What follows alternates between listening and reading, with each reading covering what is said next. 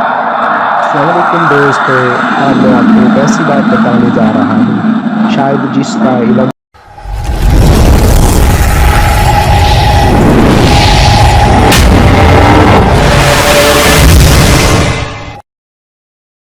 बिस्मिल्लाहिर्रहमानिर्रहीम। अस्सलाम वालेकुम स्टूडेंट्स, कैसे हैं आप लोग। मैं हूं मोहम्मद अब्बास और आज आपके लिए मैं physics class 9th unit number 5 gravitation इसके शार्ट क्वेश्चंस जो एक्सरसाइज वाले शार्ट क्वेश्चंस हैं उनका लेक्चर लेकर आया हूं। क्वेश्चन नंबर 5.2 से शुरू करेंगे। जो 5.1 है वो है MCQs वाला, उसको हम ना उसके साथ न्यूमेरिकल्स के साथ मिलाएंगे और वो क्वेश्चन नंबर 1 यानी MCQs मल्टीपल चॉइस क्वेश्चन और न्यूमेरिकल्स एक अलहदा लेक्चर के अंदर किए जाएंगे। तो चलें जी, इंग्लिश में भी क्वेश्चन सुन लिया करें। तो 5.2 है, what is meant by the force of gravitation. Urdu में आपके सामने स्क्रीन पर लिखा हुआ है, ग्रेविटेशनल फोर्स से क्या मुराद है। जो आप सुन लें इसका, कायनात में मौजूद ऐसी फोर्स जिसकी वजह से हर जिस्म दूसरे हर जिस्म को अपनी तरफ खींचता है, अट्रैक्ट करता है, ग्रेविटेशनल फोर्स कहलाती है। यानी कायनात के अंदर बेशुमार बॉडीज़ हैं, सारी बॉडीज़ एक दूसरे को अट्रैक्ट करती हैं। इस अट्रैक्शन की फ़ोर्स को हम ग्रेविटेशनल फोर्स का नाम देते हैं। अब इंग्लिश में भी ये सुन लें जी। इंग्लिश में हम इसको यूँ डिफ़ाइन करेंगे, there is a force with which every body in the universe attracts every other body with a force is called gravitational force. अब चलते हैं 5.3 की तरफ। जी, 5वें यूनिट के अंदर मशक का जो तीसरा सवाल है, शार्ट क्वेश्चन है, वो कुछ यूँ है, do you attract the earth और earth attracts you, which one is attracting with the larger force, you are the earth. Urdu में भी सुन लें, आपके सामने है, क्या आप ज़मीन को खींचते हैं या ज़मीन आपको खींचती है। कौन ज़्यादा फोर्स से खींचता है, आप या ज़मीन। जिस फोर्स से ज़मीन हमें अपनी तरफ खींचती है उतनी फोर्स से ही हम ज़मीन को अपनी तरफ खींचते हैं। यानी दोनों की अट्रैक्शन बराबर है। मास का तो बहुत फ़र्क है, ज़मीन का मास बहुत ज़्यादा और उसकी निस्बत हमारा मास बहुत कम है, लेकिन अट्रैक्शन की फ़ोर्स एक दूसरे पर बराबर है। दोनों ही जिस्म की कशिश करने की फ़ोर्स बराबर लेकिन मुखालिफ सिमत में होती है। अब इंग्लिश के अंदर भी इस डेफिनेशन को सुन लें जी। इंग्लिश में लिखते हैं, earth attracts our body towards its centre, we also attract earth with the same force. जितनी फोर्स ज़मीन ने हम पर लगाई थी उतनी हमने उस पर लगाई, बट इन अपोजिट डायरेक्शन। लेकिन ज़मीन हमको अपनी तरफ खींचते, हम ज़मीन को अपनी तरफ खींचते हैं। Both the forces are equal, ये दोनों फोर्सेज बराबर होती हैं, लेकिन इनके अमल करने की जो डायरेक्शन है ना वो एक दूसरे के अपोजिट होती है। 5.4 और आज के लेक्चर का तीसरा सवाल, what is a field force.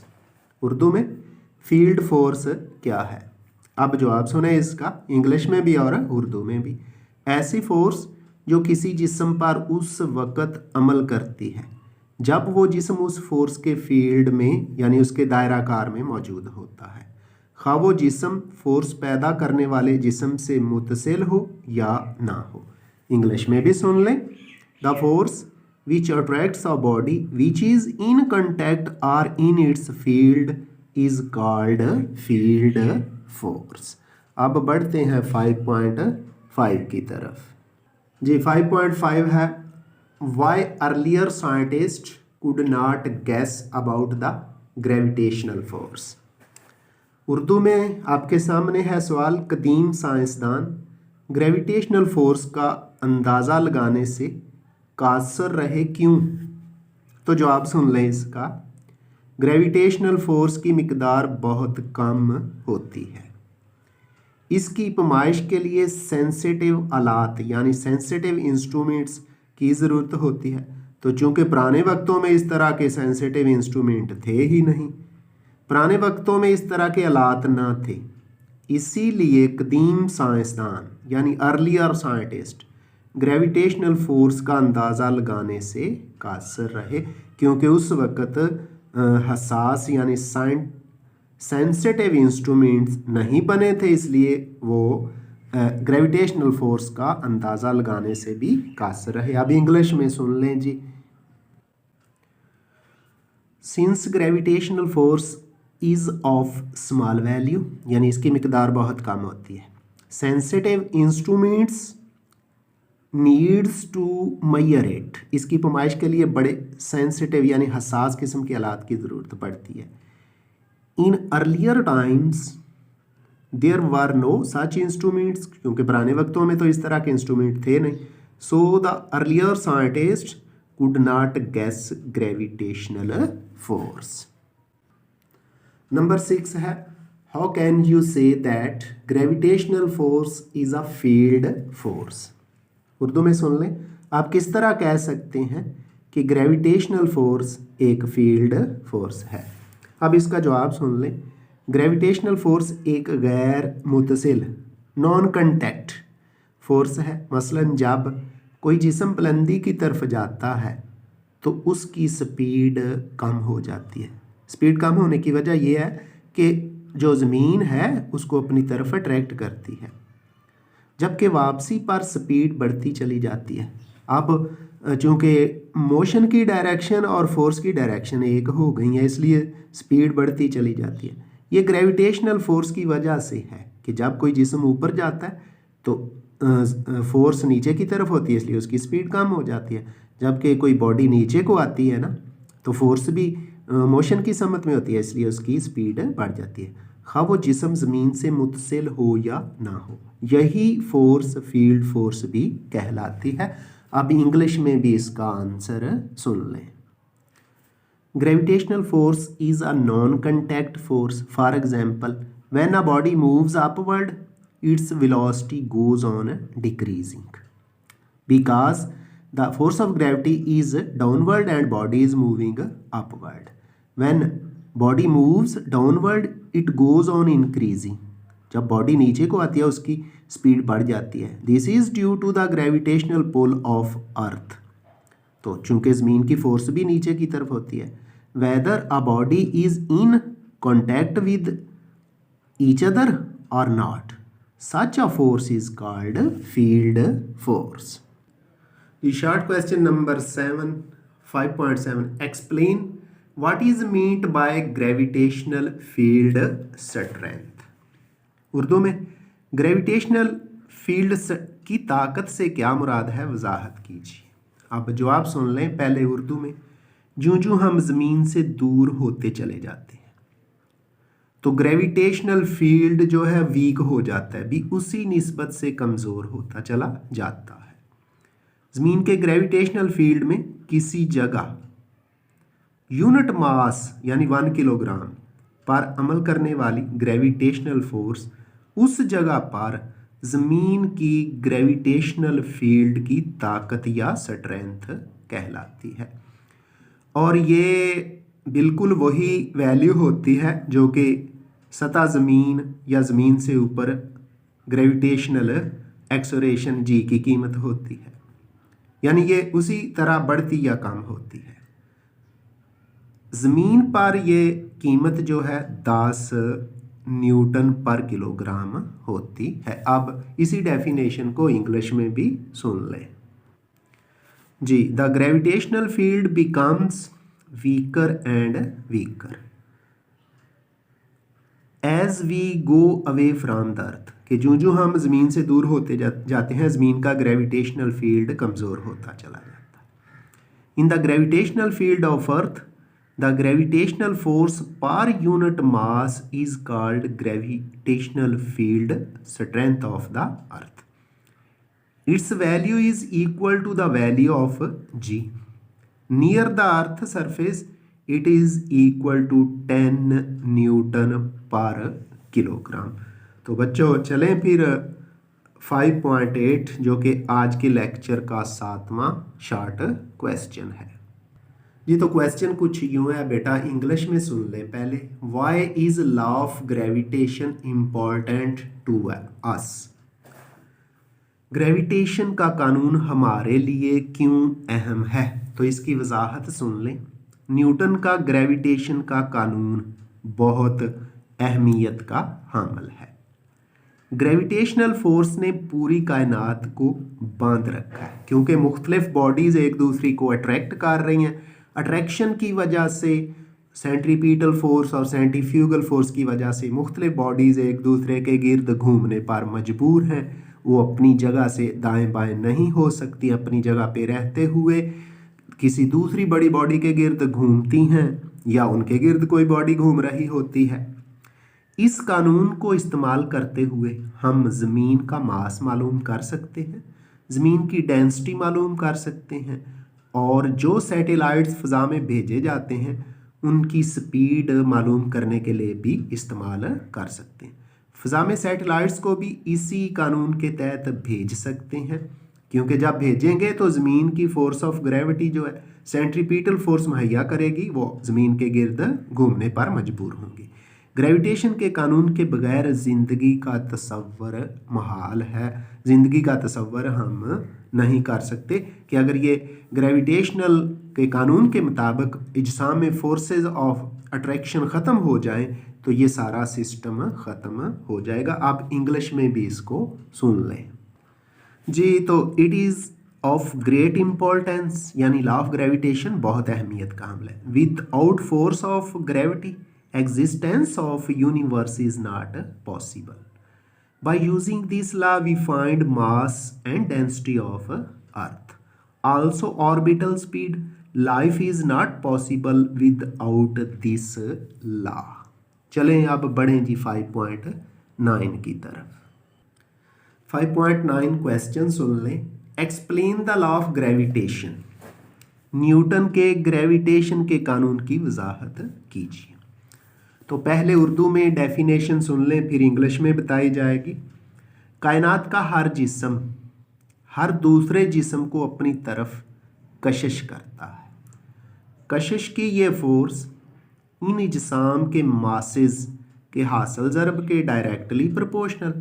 Mean अगर मासेस ज़्यादा होंगे तो अट्रैक्शन की ये फोर्स भी बढ़ जाएगी, और इनके मराकज़ के दरमियान फासला डिस्टेंस के मरबा के इन्वर्सली प्रोपोर्शनल होती है। मतलब जो जो इन इजसाम के दरमियान फासला बढ़ता जाएगा, ये जो फोर्स है वो कम होती जाएगी। तो इसकी इक्वेशन कुछ यूं है, F बराबर G, ये ग्रेविटेशनल कांस्टेंट है, M1 M2 ये दोनों बॉडी का मासेस है, ओवर D का स्क्वायर। D दोनों इजसाम के दरमियान फासला है। यहाँ G की कीमत 6.673 ज़रब 10 की ताकत -11 newton metre square per kilogram square होती है। G is equal to 6.673 into 10 raise -11 newton metre square per kg square. अब न्यूटन के लॉ ऑफ ग्रेविटेशन की डेफिनेशन उर्दू में भी इंग्लिश में भी सुन लें। In the universe, every body attracts every other body with a force which is directly proportional to the product of their masses and inversely proportional to the square of distance between their centers. आगे है question 5.10, यानी आज के lecture का 9वां सवाल। सुन लें जी, सवाल क्या है। How can the mass of earth can be determined? Urdu में ज़मीन का मास किस तरह मालूम किया जा सकता है। जवाब सुने। न्यूटन के ग्रेविटेशन के कानून को इस्तेमाल करते हुए ज़मीन का मास मालूम करने की मसावत अखज़ की जाती है, जो कि दर्ज झेल है। M E कोने पे E छोटा सा लिखेंगे। M mean mass, E mean earth mass of earth is equal to GR square over G। ऊपर स्मॉल g है, ये फॉर एक्सोरेशन ऑफ ग्रेविटी है। R रेडियस ऑफ अर्थ है, ज़मीन का रेडियस है, और G ग्रेविटेशनल कांस्टेंट है। अगर इन तीनों की कीमतें दर्ज कर दी जाए, वो हमें याद भी करनी चाहिए, तो फिर उनकी कैलकुलेशन से अर्थ का मास मालूम किया जा सकता है।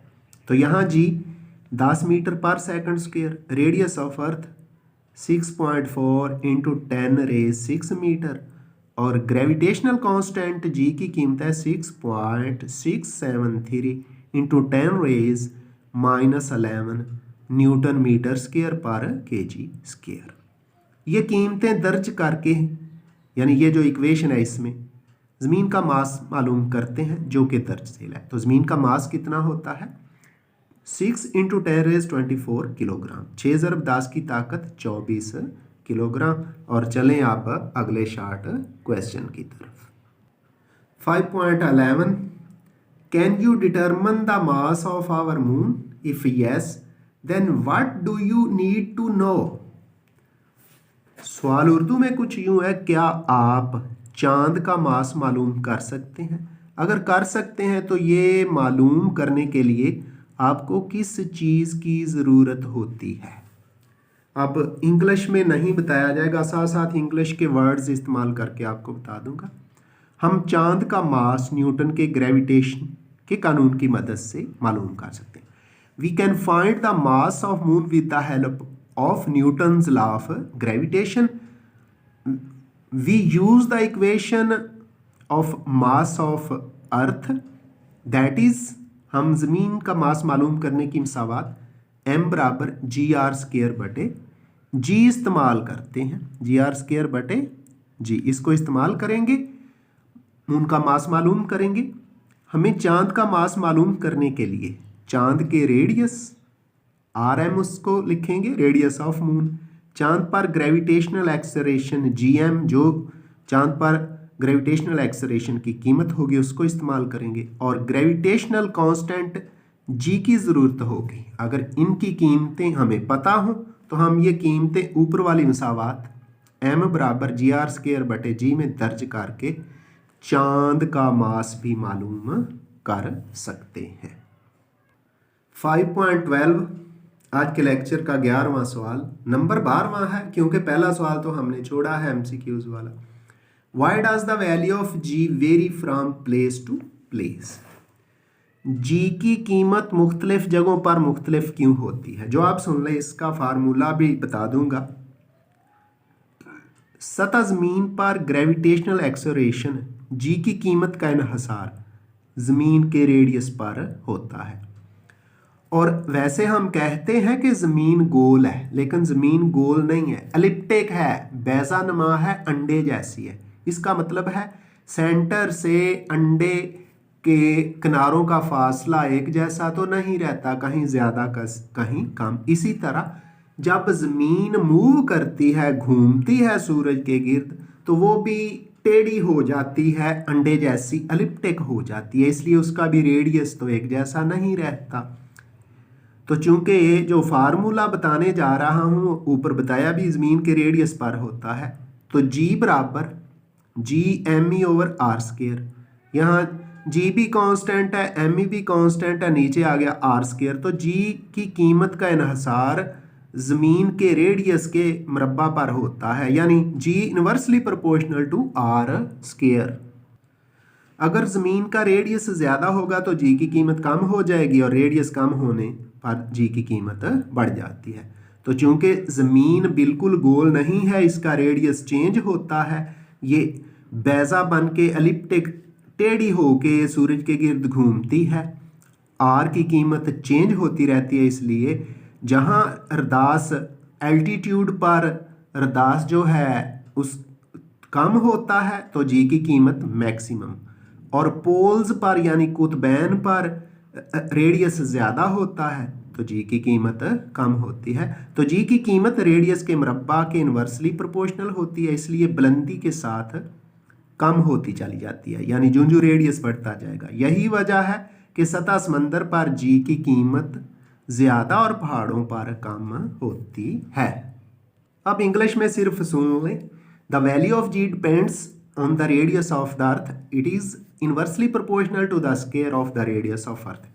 As radius of the earth changes, the value of G also changes.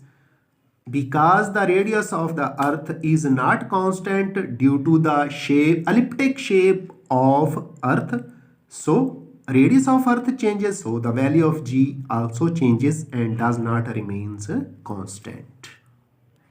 5.13 है explain how the value of g varies with altitude. Urdu में सुन लें, जी की कीमत बुलंदी के साथ किस तरह तब्दील होती है, वजाहत कीजिए। यह पिछले सवाल से ही जुड़ा हुआ है, अब आर के साथ हाइट बुलंदी भी शामिल हो जाएगी। फार्मूला कुछ उसी तरह का ही है। जब कोई मास m वाला जिस्म सतह ज़मीन से h बुलंदी पर होता है तो जिस्म का ज़मीन के सेंटर से फासला फिर r नहीं बल्कि r प्लस h होता है। तो फिर g h is equal to G M e over r plus h का स्क्वायर, या g is proportional to 1 over r plus h का स्क्वायर।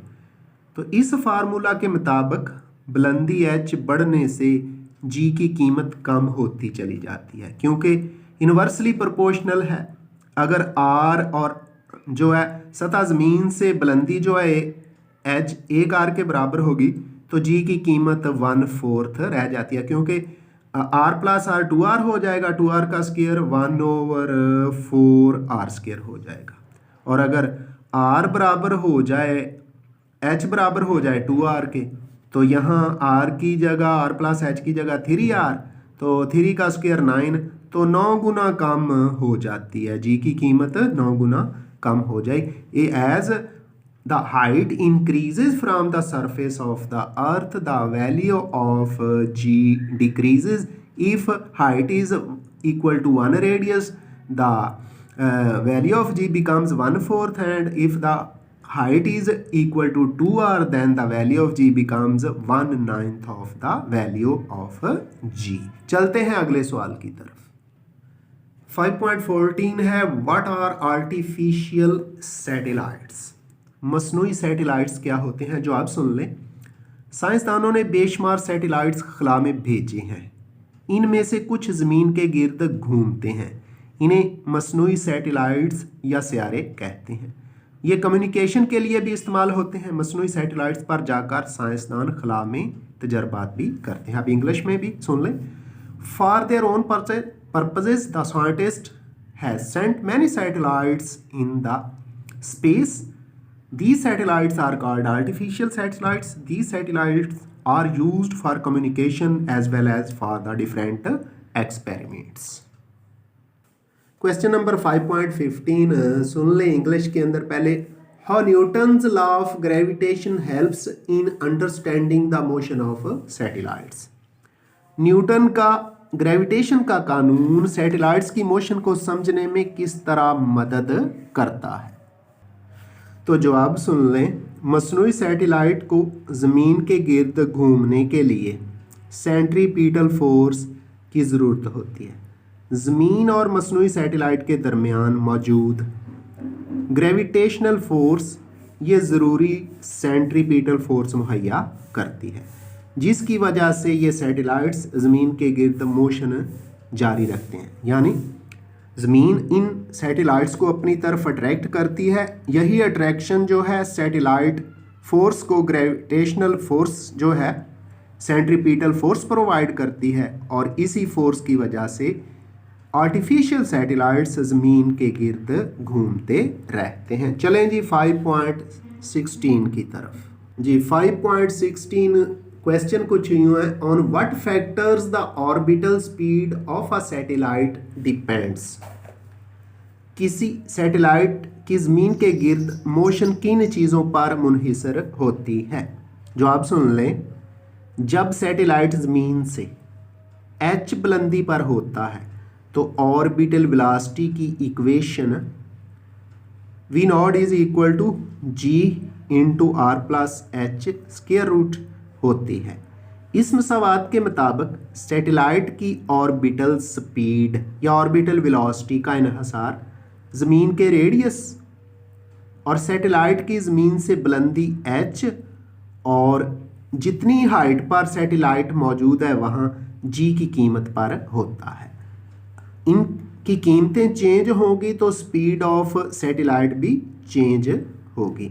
तो फिर the orbital velocity of a satellite depends upon radius of earth, height of the satellite from the surface of the earth and acceleration due to gravity. चलें अब question number 5.17 की तरफ।